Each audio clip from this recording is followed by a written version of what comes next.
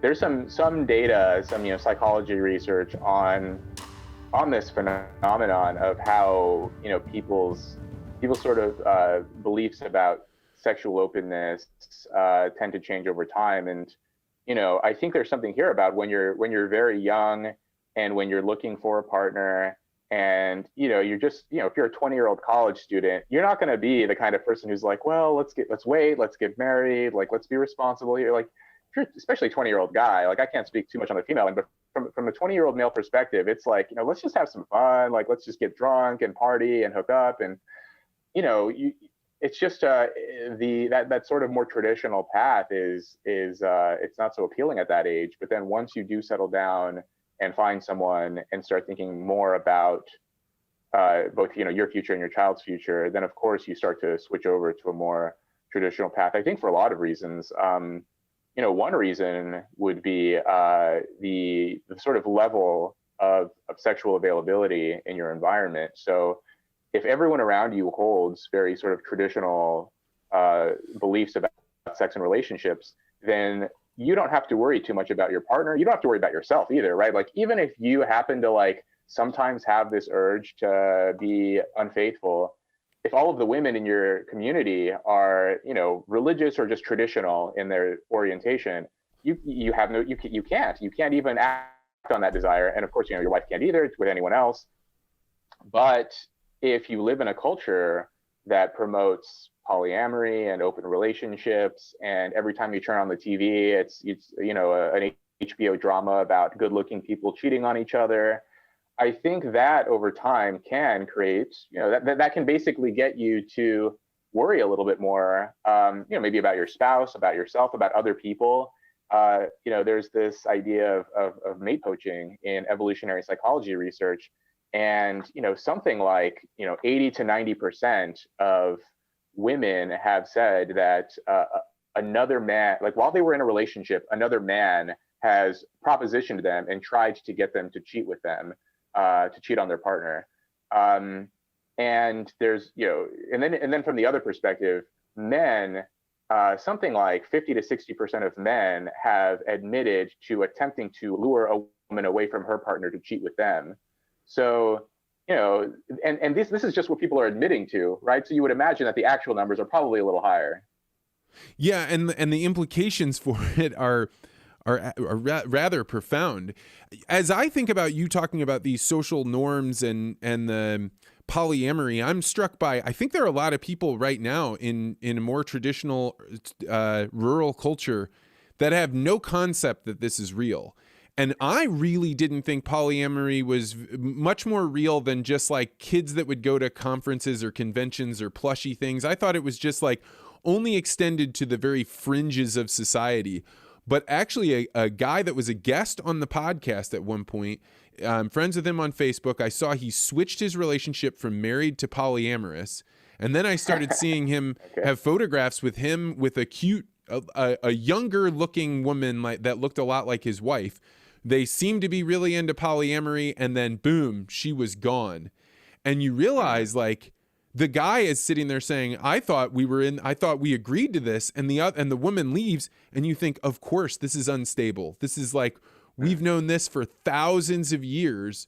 You aren't going to be able to break up the system and like build your own new one without causing tremendous amounts of damage. Yeah. I mean, look, marriage and monogamy have been widespread, historically and cross-culturally for a reason.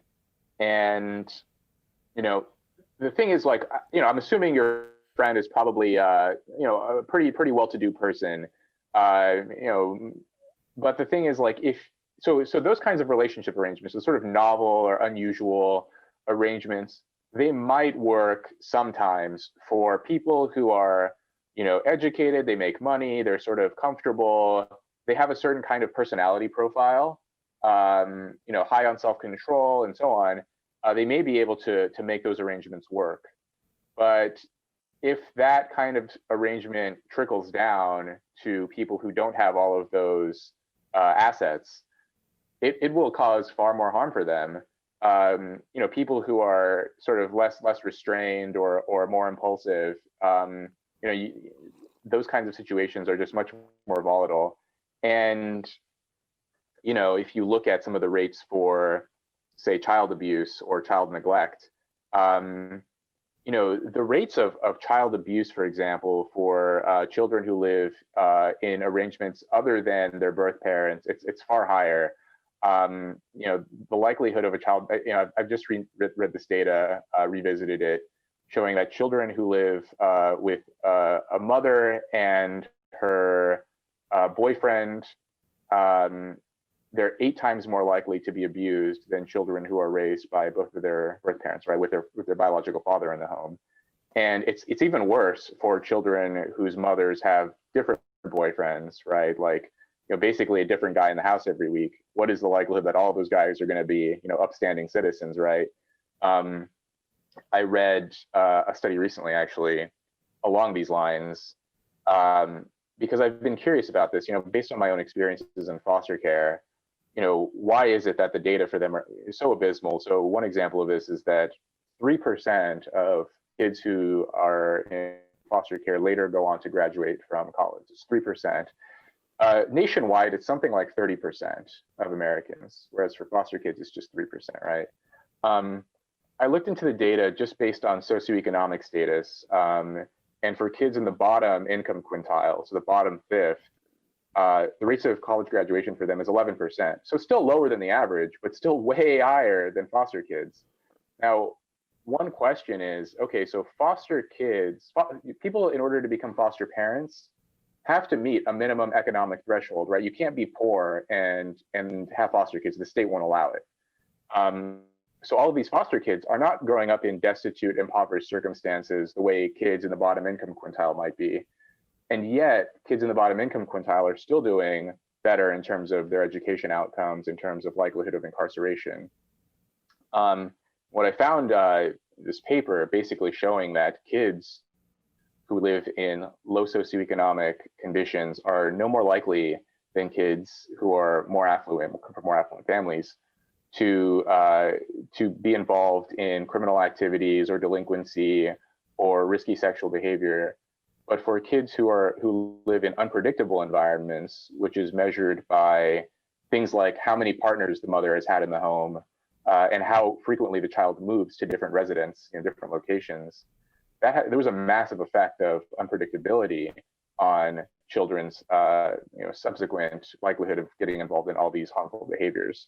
So it doesn't seem like there's so much to do with how much money is involved, but the level of instability and unpredictability. And if you introduce, so bringing it back to polyamory, if you introduce, let's have, 5 people living in a polycule and each of them brings their kids, and we just, that will have an effect on the kid's life later on. Thanks for checking out this podcast short. If you like these interviews, just go ahead and check out the full thing, and don't forget to subscribe to the VCP channel. Also, if you're interested in having conversations like these, you may want to consider joining the Articulate Ventures Network. You can find out more by going to network.articulate.ventures.